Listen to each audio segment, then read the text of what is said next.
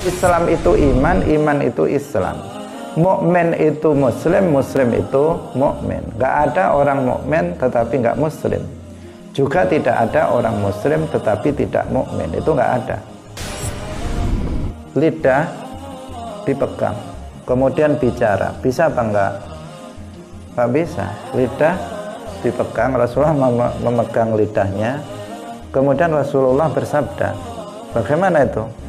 Kalau enggak mukjizat, sesuatu yang luar biasa. Kalau manusia biasa, kalau lidahnya dipegang, enggak bisa bicara, karena lidah itulah yang membuat orang bisa bicara. Nah, ini sesuatu yang luar biasa pada diri Rasulullah Sallallahu Alaihi Wasallam. Boleh anak kita disekolahkan di sekolah-sekolah yang umum, boleh. Tetapi dia harus tetap wajib bagi dia, kalau di sana tidak diajarkan ilmu fardhu ain, maka dia di rumah harus mengajarkan ilmu fardhu ain kepadanya.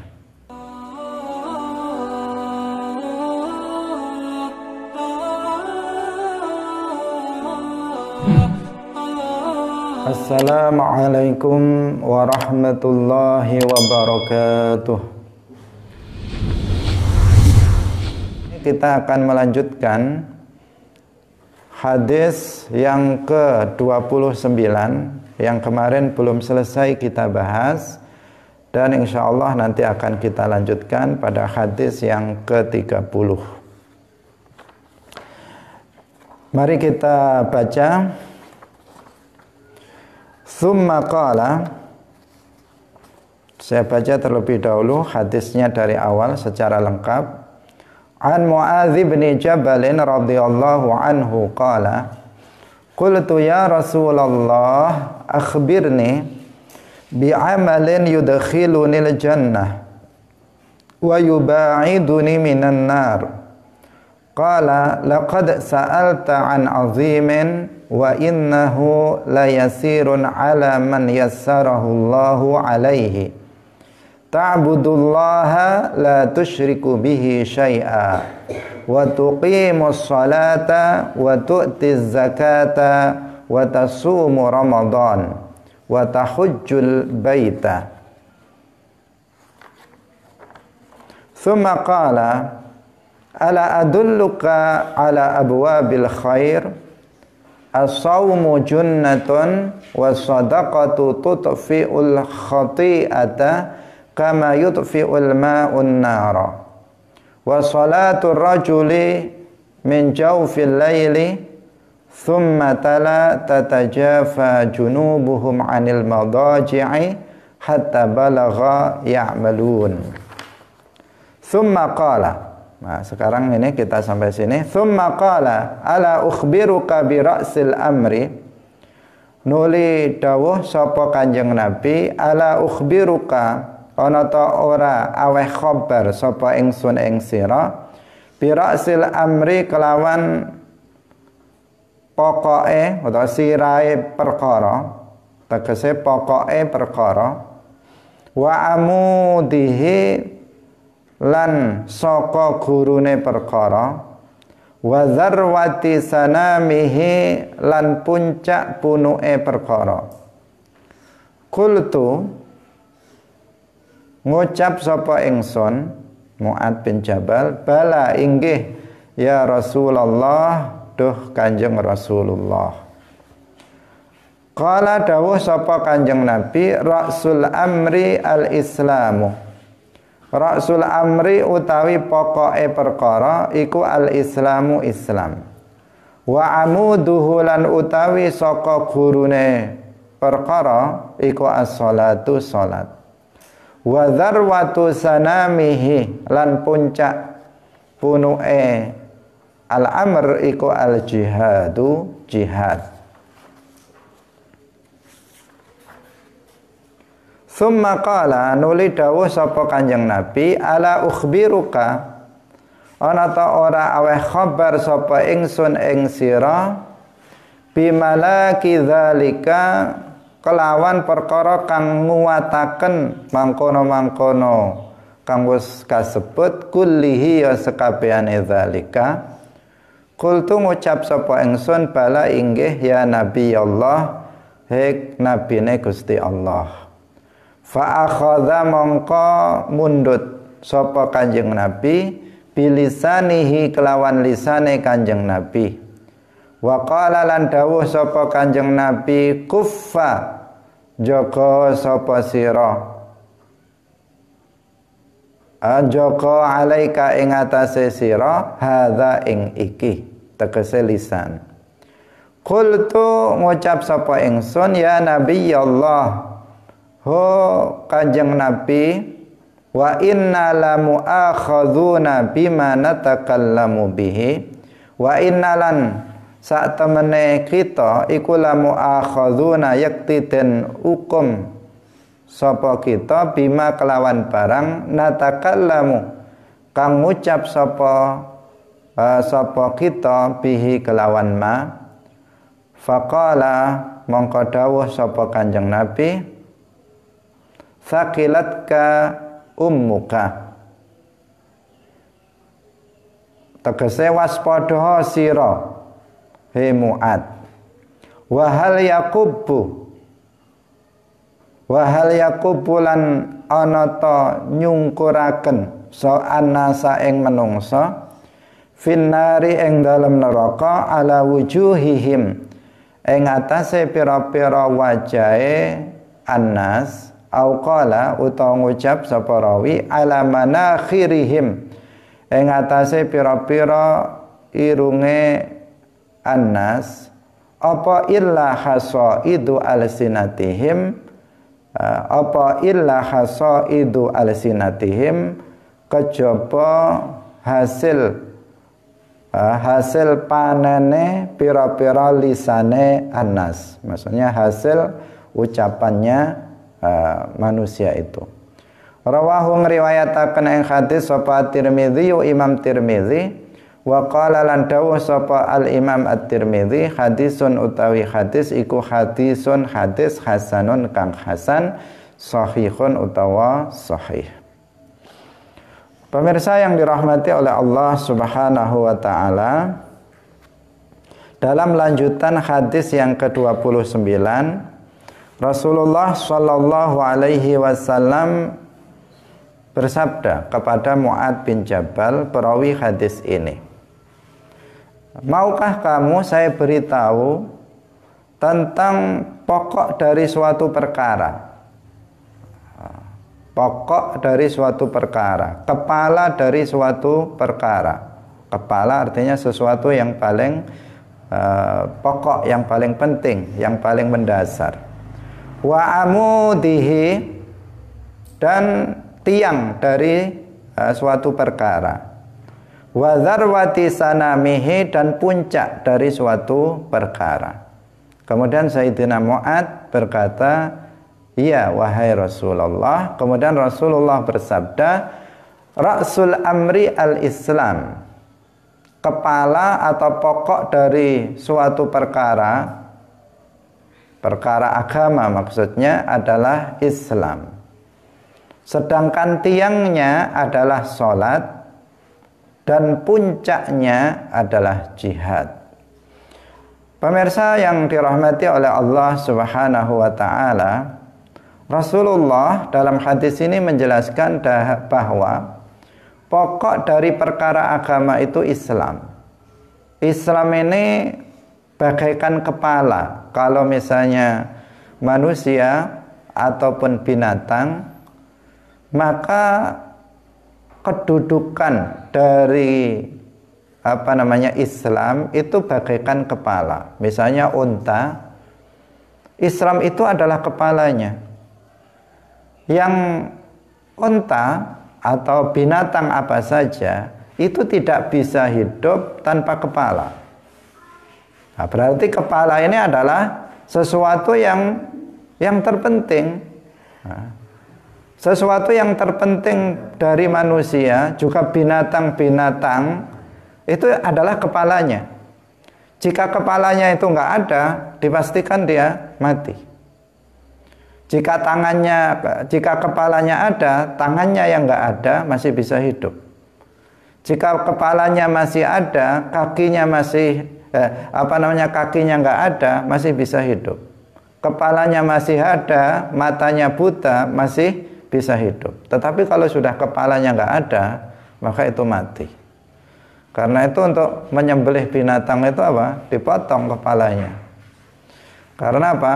Kepala ini menjadi sesuatu yang paling pokok, sesuatu yang paling penting pada kehidupan kehidupan suatu binatang. Demikian juga Islam itu adalah pokok daripada agama. Sesuatu yang paling mendasar, sesuatu yang paling penting dalam agama itu adalah Islam atau iman. Jika seseorang itu sudah nggak iman, tidak Islam, tidak memiliki keimanan atau keislaman, karena kemarin sudah kita jelaskan, iman dan Islam itu secara istilah syara itu sama. Definisinya berbeda, tetapi keduanya itu sama dengan pengertian tidak bisa dipisahkan. Iman itu artinya membenarkan sesuatu yang dibawa oleh Rasulullah Shallallahu Alaihi Wasallam. Sedangkan Islam itu artinya tunduk terhadap sesuatu yang dibawa oleh Rasulullah Shallallahu Alaihi Wasallam. Secara istilah seperti itu. Tetapi keduanya ini nggak bisa dipisahkan. Islam itu iman, iman itu Islam. Mukmin itu muslim, muslim itu mukmin. Nggak ada orang mukmin tetapi nggak muslim. Juga tidak ada orang muslim tetapi tidak mukmin. Itu nggak ada. Mutalazimani, keduanya itu saling saling terikat yang tidak bisa dipisahkan, seperti antara siang dan malam, antara luar dan dalam, antara dada dan perut. Ini sesuatu yang nggak bisa terpisahkan. Nah, iman dan Islam, iman atau Islam ini adalah merupakan rasul amr dalam agama. Ini merupakan hal yang paling penting. Posisinya itu seperti kepala. Kalau hewan itu seperti kepala. Artinya jika itu nggak ada, maka mati. Jika seseorang nggak ada Islam atau imannya, nggak memiliki iman atau Islam, maka selesai. Selesai bagaimana maksudnya? Ya udah, dia akan celaka di akhirat selamanya. Kemudian dia tidak akan bisa mendapatkan pahala dari setiap apa yang dia lakukan. Setiap perbuatan yang zahirnya baik, dia tidak akan mendapatkan pahalanya. Kenapa? Kepalanya aja udah nggak ada. Kepalanya nggak ada, bagaimana dia bisa mendapatkan pahala? Dia sholat nggak dapat pahala, dia membaca Al-Quran tidak mendapatkan pahala, membangun masjid tidak mendapatkan pahala. Apapun yang zahirnya baik dia lakukan tidak akan menghasilkan pahala. Karena syarat diterimanya amal soleh itu harus dilakukan oleh orang muslim, orang yang beriman. Wa may ya'mal minas solihati min dzakarin aw untha wa huwa mu'min faulaika yadkhulunal jannata wa la yuzlamuna naqira. Ini sudah syarat muslim itu, wa huwa mu'min, dia harus mukmin untuk amal solehnya diterima oleh Allah. Maka posisi Islam ini, posisi iman ini dikatakan oleh Nabi sebagai apa? Rasul amri, kepalanya. Kalau dia binatang atau manusia, dia adalah kepalanya, penentu kehidupan. Bagi hayawan, posisinya seperti itu. Karena itu seseorang itu harus berhati-hati. Kita bagi orang yang belum masuk ke dalam agama Islam harus segera masuk ke dalam agama Islam agar dia mendapatkan rahmat dan selamat di akhirat. Bagi kita yang sudah muslim, sudah mukmin, maka harus menjaga Islamnya. Wajib bagi kita untuk menjaga Islam kita. Jangan sampai batal. Karena Islam itu bisa batal, sebagaimana wudhu itu bisa batal. Ada orang berwudhu, setelah itu dia kentut, batal wudhunya. Ada orang sholat, dalam sholat dia makan, batal sholatnya. Ada orang puasa, di tengah-tengah puasa dia minum, batal puasanya. Nah, sebagaimana wudhu, puasa, sholat itu ada hal-hal yang membatalkannya, Islam itu juga ada hal-hal yang membatalkannya. Namanya riddah. Namanya riddah sebagai salah satu jenis dari kekufuran. Nah, yang membatalkan itu bisa berupa keyakinan yang kufur, atau perbuatan yang kufur, atau perkataan yang kufur. Yaitu keyakinan, perbuatan, dan perkataan yang mengandung unsur penghinaan, pelecehan terhadap Allah, terhadap malaikat-malaikatnya, terhadap para rasulnya, terhadap kitab-kitabnya, terhadap agamanya, terhadap syiar-syiar agamanya, terhadap hukum-hukum agama. Ini adalah sebuah bentuk kekufuran yang bisa menjadikan seseorang keluar dari Islam, Islamnya bisa batal. Maka jangan sampai seseorang berkata yang isinya penghinaan kepada Allah, atau kepada Nabi, atau kepada Al-Quran, atau kepada Islam. Jangan sampai seseorang melakukan suatu perbuatan yang perbuatan itu menunjukkan bahwa dia menghina Allah, menghina Al-Quran, menghina para nabi, menghina para malaikat misalnya. Misalnya seseorang dengan sengaja membuang Al-Quran ke tong sampah. Ini menghina Al-Quran. Ada seseorang tahu bahwa di kertas itu ada nama-nama Allah, sengaja dia dia menginjak-injaknya dan seterusnya. Itu adalah suatu perbuatan penghinaan terhadap Allah, terhadap Rasulnya, terhadap kitab-kitabnya, terhadap agama Islam. Itu semuanya adalah suatu bentuk riddah. Sudah kita singgung sebelumnya. Ini hanya untuk memperkuat bahwa kita Islam ini adalah hal yang paling penting dalam kehidupan manusia. Dia penentu keselamatan di akhirat, dan dia adalah ra'sul mal. Dia adalah modal bagi seseorang untuk bisa berbuat baik. Sebagaimana orang berdagang, kalau dia nggak punya modal, maka dia tidak akan bisa mendapatkan keuntungan. Demikian juga orang yang beramal harus ada modalnya. Apa itu modalnya? Islam atau iman. Dengan Islam atau iman, seseorang berbuat amal kebaikan sekecil apapun, dia akan mendapatkan pahala. Seperti yang kemarin, misalnya di jalan ada batu, dia menyingkirkannya lillahi ta'ala, berpahala. Seseorang misalnya bertemu dengan orang lain, kemudian dia menyapa, mengucapkan salam, assalamualaikum, maka dia akan mendapatkan pahala. Amal yang kecil membuahkan pahala. Kenapa? Karena dilakukan oleh seorang mukmin, orang muslim. Tapi jika dilakukan, hal-hal itu dilakukan oleh orang yang kafir, yang tidak Islam, maka tidak akan membuahkan pahala sedikit pun, meskipun amal itu terlihat besar. Misalnya membangun masjid, membangun pondok pesantren, maka itu akan sia-sia. Karena apa? Dia nggak punya modal, tidak ada Islam pada dirinya. Karena Rasulullah mengatakan ra'sul amri al-Islam. Karena itu ada seseorang yang asalnya dia kafir, ingin ikut jihad fisabilillah.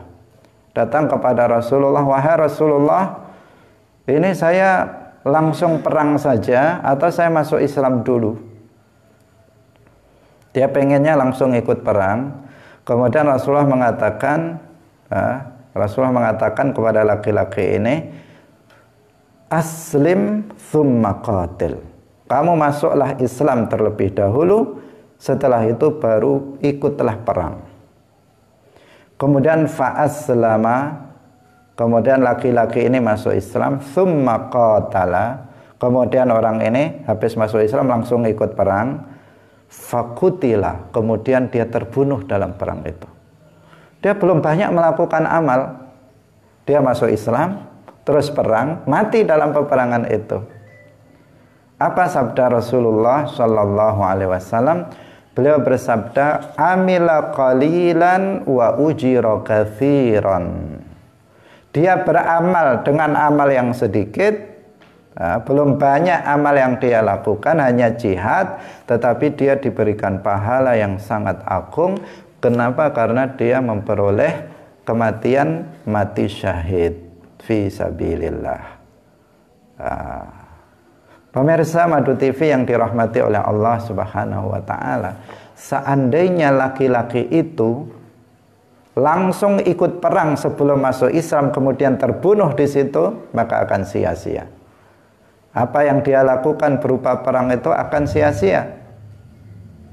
Untungnya dia datang kepada Nabi meminta petunjuk sehingga dia kemudian masuk Islam, dan setelah itu baru berperang sehingga dia mendapatkan pahala yang sangat besar dari apa yang dia lakukan setelah dia masuk ke dalam Islam. Bagaimana cara masuk ke dalam Islam? Dengan mengucapkan 2 kalimat syahadat. Karena babul Islam an-nutqu bisyahadatain. Pintu Islam itu dengan mengucapkan 2 kalimat syahadat. Asyhadu an la ilaha illallah wa asyhadu anna Muhammadar Rasulullah. Dengan bahasa Arab, juga boleh dengan terjemahannya. Pemirsa yang dirahmati oleh Allah Subhanahu wa taala, tentang ini sudah kita jelaskan di awal kitab ini. Sekarang kita lanjutkan. Kemudian wa amuduhu as-shalah. Tiangnya perkara agama itu adalah sholat. Tiang itu adalah penyangga. Kalau diibaratkan rumah, tiang itu adalah penyangganya ini. Yang rumah itu tidak akan bisa berdiri tanpa ada tiang. Kalau diibaratkan tadi unta, kalau tadi diibaratkan binatang, itu kakinya. Kalau kakinya nggak ada, jatuh binatang itu. Nah, dalam perkara agama yang menjadi tiangnya itu adalah sholat.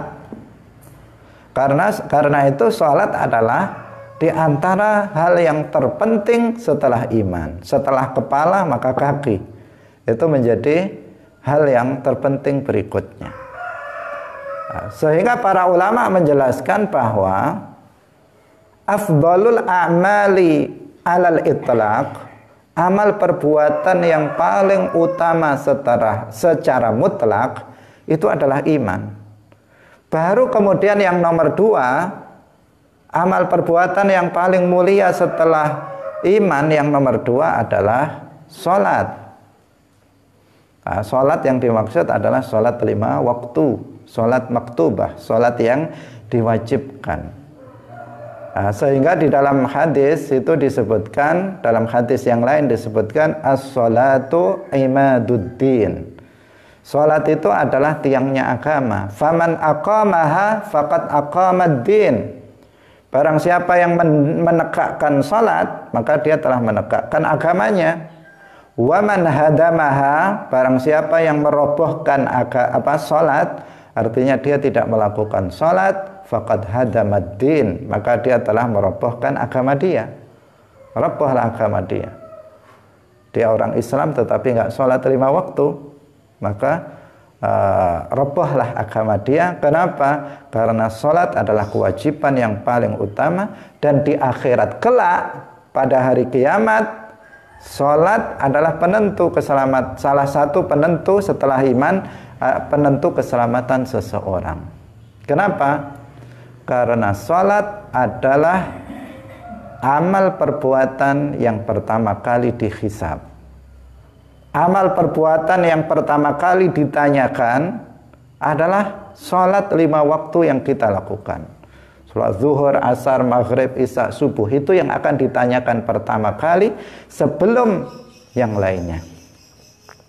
Sehingga dikatakan inna awwala, dalam hadis inna awwala ma yuhasabu bihil abdu yaumal qiyamah min amalihi sholatuhu. Kemudian disebutkan fa in soluhat faqad aflaha wa anjaha. Barang siapa yang sholatnya ketika dihisab itu bagus, baik, maka dia menjadi orang yang beruntung. Dia akan menjadi orang yang sukses. Nanti di akhirat akan selamat. Wa in fasadat, jika ternyata ketika dihisab itu salatnya itu rusak, faqad khaba wa khasira, maka dia akan celaka dan merugi.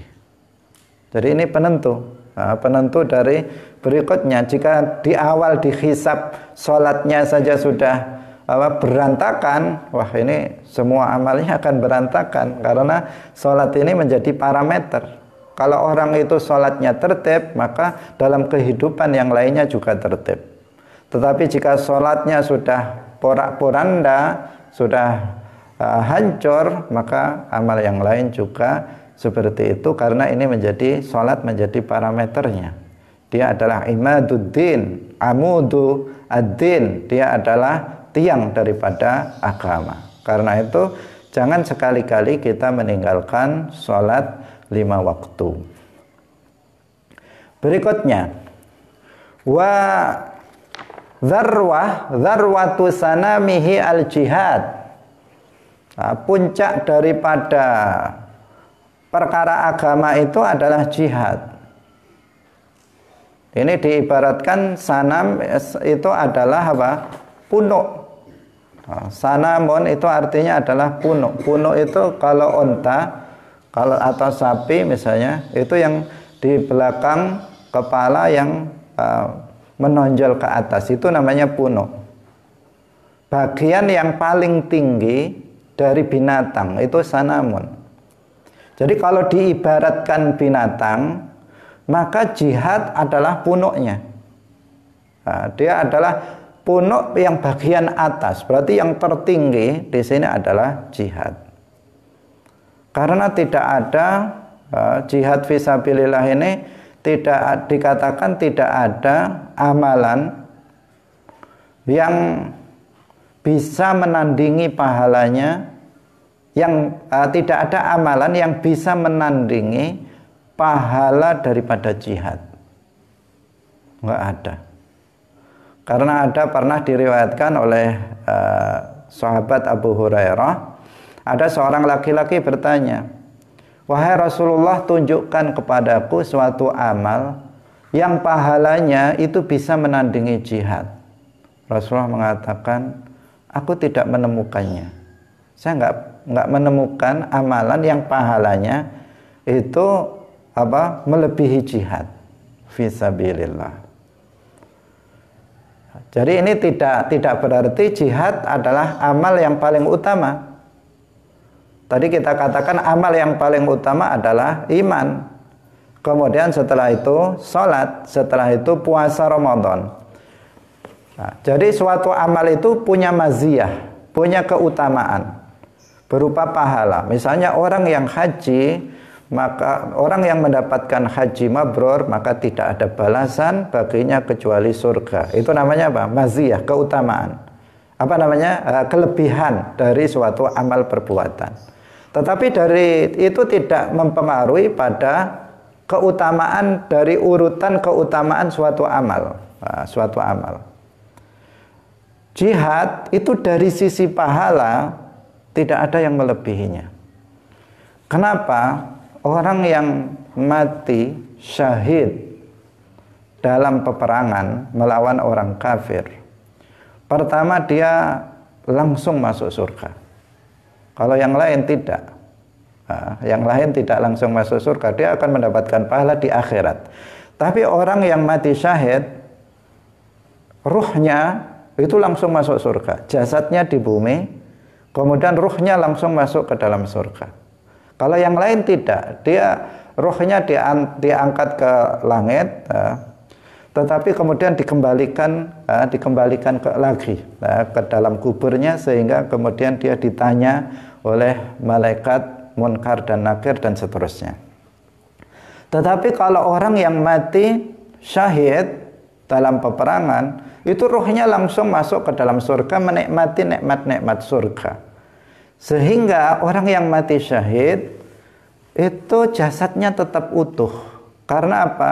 Karena pengaruh dari ruh yang menikmati kenikmatan surga di dalam surga, sehingga jasadnya tetap utuh seperti sedia kala, tidak dimakan oleh tanah. Dan disebutkan di dalam hadis, orang yang mati syahid semua dosanya diampuni oleh Allah, semuanya, dan dia langsung masuk ke dalam surga. Ruhnya itu di dalam surga, dia tidak hanya mendapatkan sekedar masuk surga, tetapi dia mendapatkan, disebutkan dalam hadis itu, dia mendapatkan 100 derajat dalam surga, yang antara satu derajat dengan derajat berikutnya itu jaraknya antara bumi dan langit.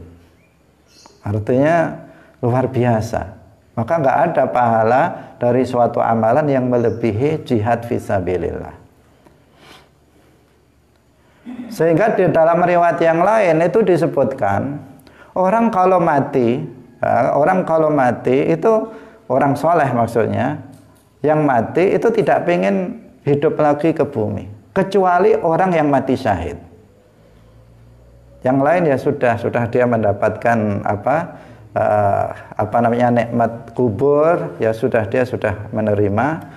Tetapi ada orang yang mati itu pengen hidup lagi, yaitu orang yang mati syahid. Saya pengen hidup lagi, jihad lagi, mati lagi, hidup lagi, mati lagi, mati syahid, kemudian hidup lagi, begitu seterusnya. Kenapa? Karena dia melihat keutamaan pahala dari orang yang mati syahid dalam peperangan. Nah, karena itu dikatakan di sini apa? Jihad itu merupakan punuknya, dia bagian yang tertinggi daripada agama ini. Dan jihad yang dimaksud di sini adalah jihad dalam peperangan, ya, jihad dalam peperangan melawan orang kafir. Tetapi jihad dalam peperangan, jihad dengan perang, itu hari ini sudah tidak ada lagi, tidak memungkinkan lagi. Karena jihad itu ada aturan-aturannya, jihad itu ada ketentuan-ketentuannya yang dijelaskan oleh para ulama dalam kitab-kitab fikih, kitabul jihad. Hari ini banyak sekali kelompok-kelompok ekstrim yang mengaku mereka jihad, tetapi mereka tidak memperdulikan ketentuan-ketentuan jihad yang diajarkan oleh Rasulullah Shallallahu Alaihi Wasallam. Maka kita harus waspada. Mereka diiming-iming dengan pahala jihad, akhirnya apa? Mereka kira mereka jihad, tapi yang mereka lakukan ngebom di sana di sini, bahkan orang Islam pun dibunuh oleh mereka. Karena apa? Saking pengennya mendapatkan mati syahid itu, yang tadi sangat besar memang pahalanya, kemudian mereka melakukan tindakan terorisme. Nah, ini tidak benar, bisa-bisa mati sangit bukan mati syahid. Kenapa? Karena dia tidak memperdulikan ketentuan Islam tentang jihad.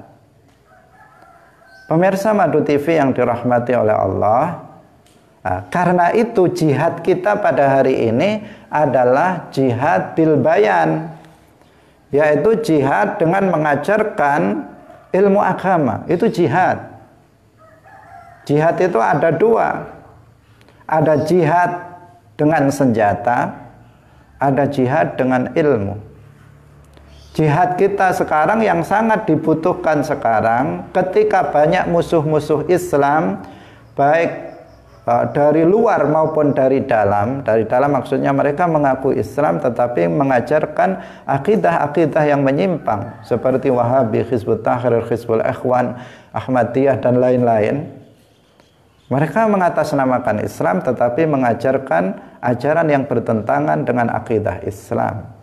Maka ketika kita berperang dengan mereka dengan hujjah, dengan ilmu, menjelaskan kepada masyarakat tentang akidah Ahlus Sunnah wal Jamaah yang benar, maka itu adalah bagian dari jihad.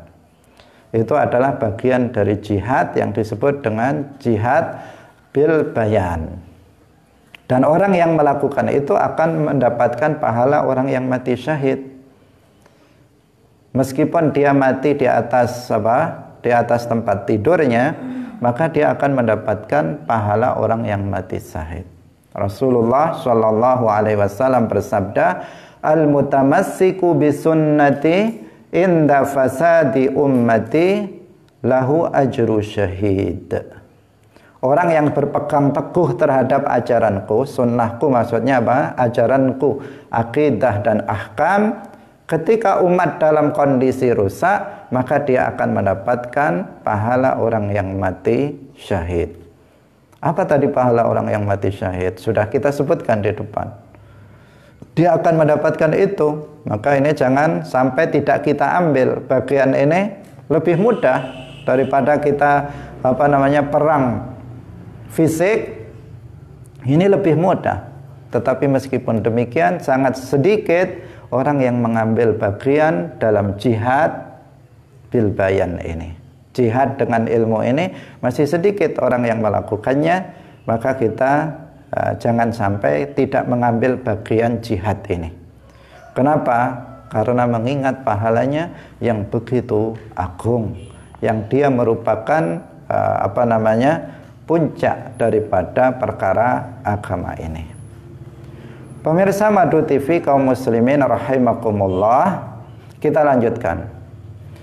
Tsumma qala ala ukhbiruka bimalaki dzalika kullihi qultu bala ya nabiyallah fa akhadha bilisanihi wa qala kuffa alayka hadha qultu ya nabiyallah wa inna la mu'akhadhuna bima natakallamu bihi faqala thaqilatka ummuk wa hal yakubbun nasa fin nari ala wujuhihim au qala, maksudnya ini ragu, perawinya yang ragu, ala manakhirihim illa khasaidu alsinatihim.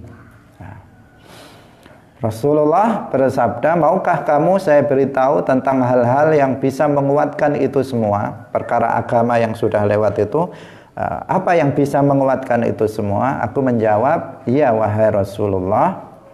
Lalu beliau memegang lisannya dan bersabda, tahanlah lidahmu ini. Aku bertanya, wahai Nabi Allah, ini sebuah apa nih? Ini mukjizat Rasulullah. Jika terjadi pada wali, ini pernah juga terjadi pada seorang wali, itu namanya karomah.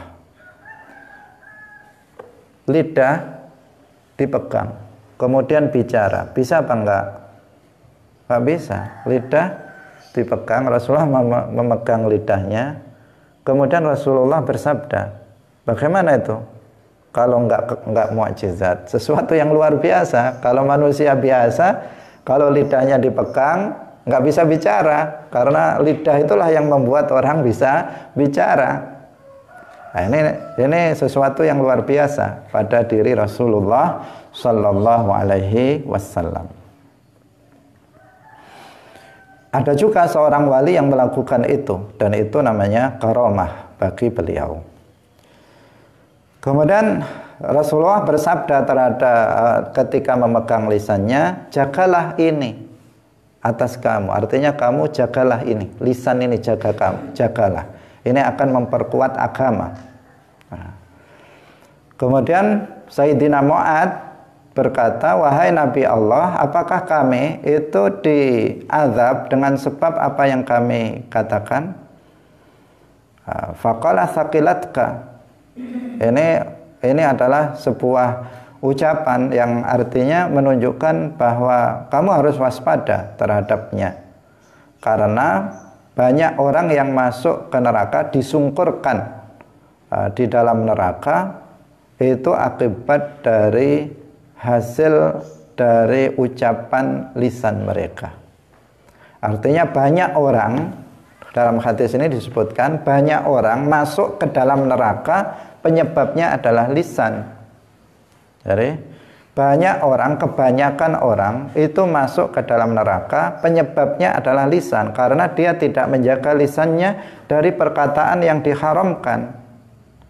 Dalam hal ini sudah sering kita bahas masalah ini, bahwa kebanyakan kesalahan manusia berasal dari lisannya. Aktsaru khotoya bani Adam min lisanihi. Artinya semakin banyak seseorang bicara, maka semakin besar kemungkinan dia berbuat salah. Dan kesalahan itu ada kalanya berupa dosa dan ada kalanya berupa kekufuran.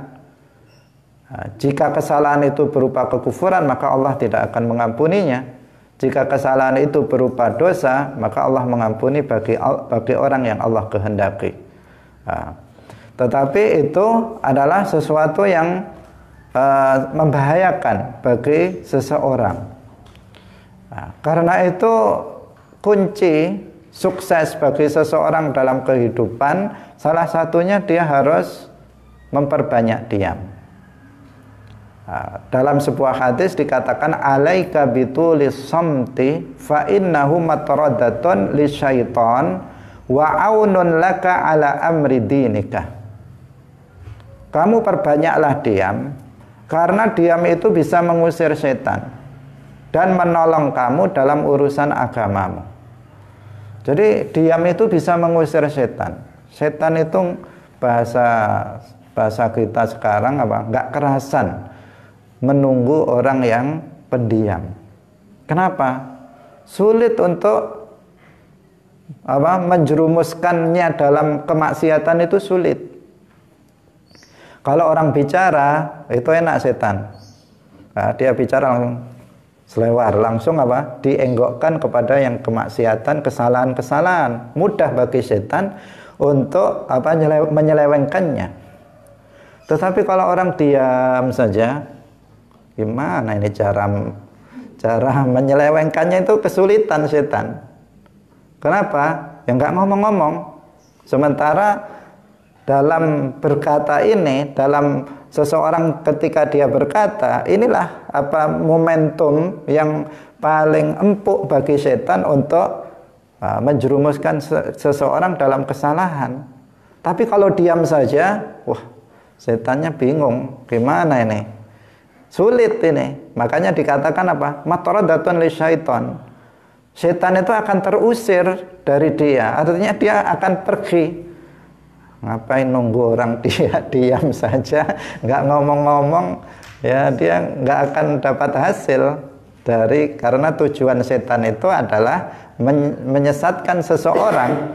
Nah, sementara dia diam saja, gimana cara menyesatkannya? Nah, karena itu dikatakan oleh Nabi, diam itu adalah memperbanyak diam itu adalah matradatun lisyaiton wa aunun laka ala amri dinika, dan bisa menjaga kalian dalam urusan agama kalian. Artinya agamanya akan selamat jika seseorang memperbanyak diam.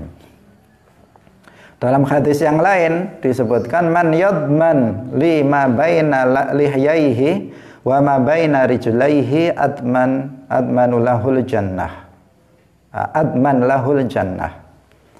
Barang siapa yang menjamin untukku apa yang ada di antara dua rahangnya, lisan, dan apa yang ada di antara dua kakinya, kemaluan, niscaya aku menjamin surga baginya. Orang yang bisa menjaga lisan dan kemaluannya, maka dia akan dijamin surga oleh Rasulullah Shallallahu Alaihi Wasallam. Pemirsa yang dirahmati oleh Allah Subhanahu Wa Taala, kita lanjutkan hadis yang ke-30. Ini biar agak banyak kita mendapatkan. An Abi Tha'labah al-Khushani, cerita saking Abi Tha'labah al-Khushani, rupane Jurthum bin Nashir, an Rasulillah, saking Rasulillah sallallahu alaihi wasallam. Qala dawuh sapa Rasulullah, innallaha ta'ala faraidha. Sak temene Gusti Allah taala iku faraidha wis majibaken sapa Allah, faraidha ing pira-pira kewajiban, pira-pira perkara kang fardu. Fala tudayyi'uha, mongko aja niyak-niyakaken sapa sira kabeh ing faraid. Wa haddalan was paring batasan sapa Allah hududan ing pira-pira batasan. Fala ta'taduha, mongko aja ngliwati wates sapa sira kabeh ing hudud. Wa harrama, lan wis ngaramaken sapa Allah asya'a ing pira-pira perkara, fala tantahikuha, mongko aja ngelanggar utawa aja ngelakoni sapa sira kabeh ing asya. Wasakatalan mendel sapa Allah an asya saking pira-pira perkara rahmatan karana welas asih Allah laku maring sira kabeh ghaira nisyanin kang ora krana lali fala tabahatsu mongko aja golek-golek sapa sira kabeh anha saking asya. Hadisun hasanun utawi hadis iku hadisun hadis hasanun kang hasan. Rawahu ngriwayataken ing hadis sapa Ad-Daruqutni Imam Daruqutni wa ghairuhu lan liyane Al-Imam Ad-Daruqutni. Pemirsa rahimakumullah, hadis ini kita jelaskan secara singkat. Dalam hadis ini Rasulullah Shallallahu Alaihi Wasallam bersabda bahwa Allah telah mewajibkan beberapa hal, maka kewajiban kita adalah melaksanakannya, tidak menyia-nyiakannya. Yang kedua, Allah Subhanahu wa Ta'ala telah menetapkan batasan-batasan, aturan-aturan dari beberapa hal. Maka tugas kita adalah melakukannya sesuai dengan batasan itu dan tidak melampaui batas. Yang ketiga, Allah mengharamkan beberapa hal. Maka kewajiban kita adalah meninggalkan yang diharamkan itu, tidak melakukannya. Kemudian yang keempat, Allah itu tidak menetapkan hukum tentang beberapa hal sebagai rahmat bagi manusia, bukan karena lupa. Karena itu jangan dicari-cari. Nah, ya sudah, seperti yang ada itu. Nah, yang pertama, Allah telah mewajibkan beberapa hal, maka wajib bagi setiap muslim untuk melaksanakannya. Seperti sholat, puasa Ramadan, sholat 5 waktu, kemudian puasa Ramadan, zakat bagi orang yang mampu, haji. Ini adalah sebuah kewajiban-kewajiban, silaturahim, birrul walidain dan semacamnya. Ini adalah sesuatu yang telah Allah wajibkan. Dalam Al-Quran sudah dijelaskan tentang kewajibannya. Maka kewajiban kita adalah untuk menjalankannya. Kewajiban itu tanpa menyia-nyiakan satupun dari kewajiban itu. Sesuatu yang wajib tidak boleh ditinggalkan meskipun hanya satu. Tidak boleh ditinggalkan. Kewajiban zahir seperti yang tadi kita ceritakan, atau kewajiban batin, harus ikhlas di dalam beramal, bersyukur terhadap nikmat, sabar, kemudian tawakal dan seterusnya. Itu adalah kewajiban-kewajiban yang juga wajib untuk dijalankan. Yang penting diingatkan di sini, yang sering dilupakan oleh sebagian banyak orang adalah kewajiban orang tua untuk mengajarkan ilmu fardhu ain kepada istri dan anak. Ini adalah suatu kewajiban yang wajib hukumnya. Namanya kewajiban, wajib hukumnya dilakukan oleh setiap orang terhadap istri dan anaknya. Nah, sekarang banyak orang yang mengabaikan itu, membiarkan mereka tidak memastikan anaknya belajar ilmu fardhu ain. Terkadang disekolahkan di tempat yang tidak diajarkan di sana ilmu fardhu ain. Boleh anak kita disekolahkan di sekolah-sekolah yang umum, boleh. Tetapi dia harus tetap wajib bagi dia, kalau di sana tidak diajarkan ilmu fardhu ain, maka dia di rumah harus mengajarkan ilmu fardhu ain kepadanya. Kalau dia tidak mampu, maka dia harus dia harus mewakilkannya kepada orang lain. Sekarang sangat memprihatinkan, bukan hanya orang tua yang lalai dalam mengajarkan ilmu agama, bahkan sekolah-sekolah yang sudah diberikan amanah untuk mengajarkan ilmu agama itu tidak mengajarkannya dengan benar. Terbukti, jangankan yang kemudian alumni dari sekolah-sekolah umum, yang madrasah pun hari ini banyak yang tamatan dari misalnya aliyah, itu kemudian dia nggak bisa sholat dengan benar. Ditanya rukun sholat ada berapa? Tolah-tolah, nggak tahu rukun sholat. Rukun wudhu ada berapa? Masih ada berapa? Belum tata caranya. Wajah kalau membasuh, ketika membasuh wajah dalam wudhu, mana yang dibasuh? Batasannya mana? Lebarnya dan panjangnya. Istinja itu apa? Bagaimana tayamum dan sebagainya? Banyak yang nggak tahu. Bagaimana kok bisa nggak tahu?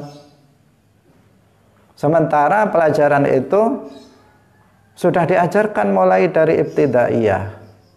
Tapi ternyata sanawiyah juga belum tahu, aliyah juga belum tahu. Karena banyak sekarang orang mengajar tidak, tujuannya bukan memahamkan murid, tetapi sekedar hanya formalitas. Yang penting selesai, yang penting tamat, dapat ijazah dan sebagainya. Nah, ini apa? Ini orang tuanya dia berdosa, guru-gurunya yang sudah dititipi agar mengajarkan anaknya untuk apa? Ilmu fardhu ain, ternyata nggak diajarkan ilmu fardhu ain, tamat tetap bodoh terhadap ilmu fardhu ain, juga ikut berdosa. Karena apa? Dia sanggup. Dia mengatakan, ya saya ajari di sini ilmu agama. Ternyata nggak diajari ilmu agama atau tidak dipahamkan ilmu agama. Nah, ini adalah permasalahan besar. Karena akar dari permasalahan kita pada saat ini adalah kebodohan terhadap ilmu agama. Kenapa banyak orang berpaham-paham yang menyimpang, terpengaruh oleh paham-paham di luar Ahlus Sunnah wal Jamaah? Karena banyak yang tidak memiliki ilmu agama. Banyak yang tidak mengenal Allah.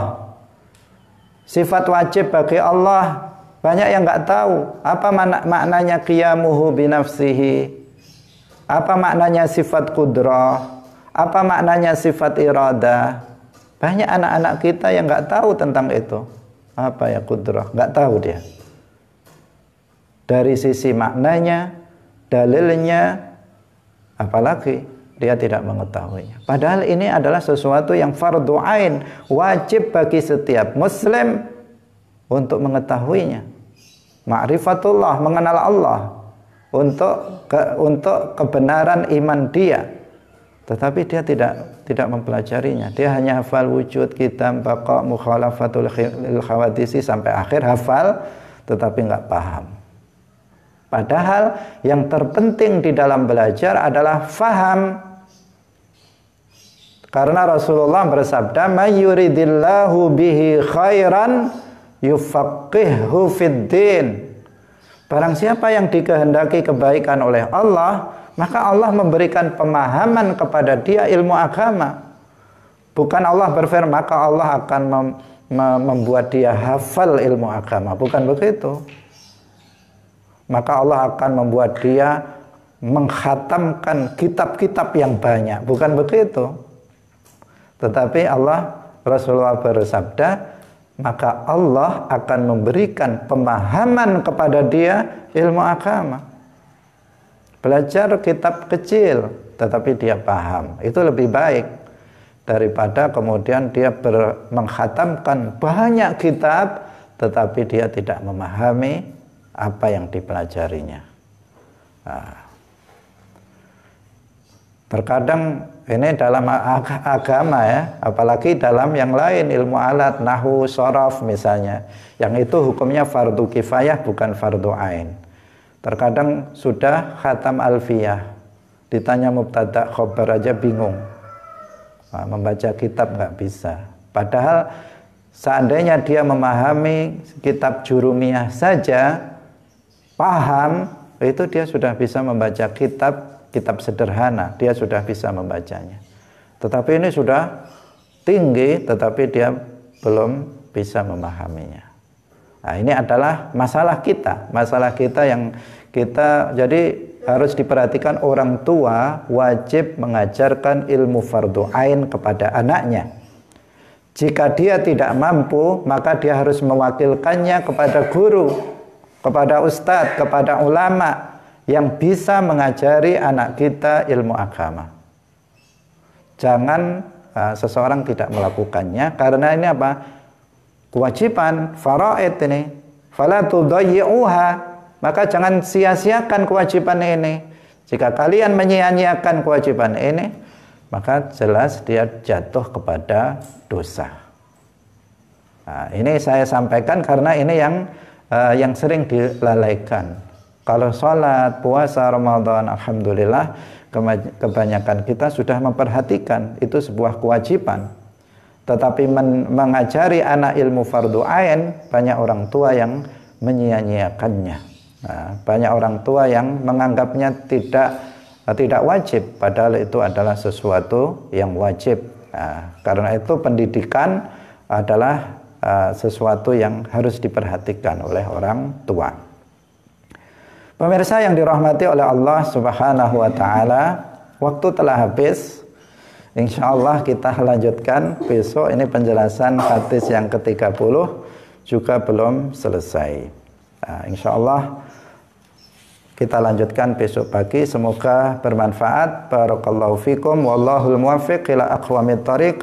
Wassalamualaikum warahmatullahi wabarakatuh.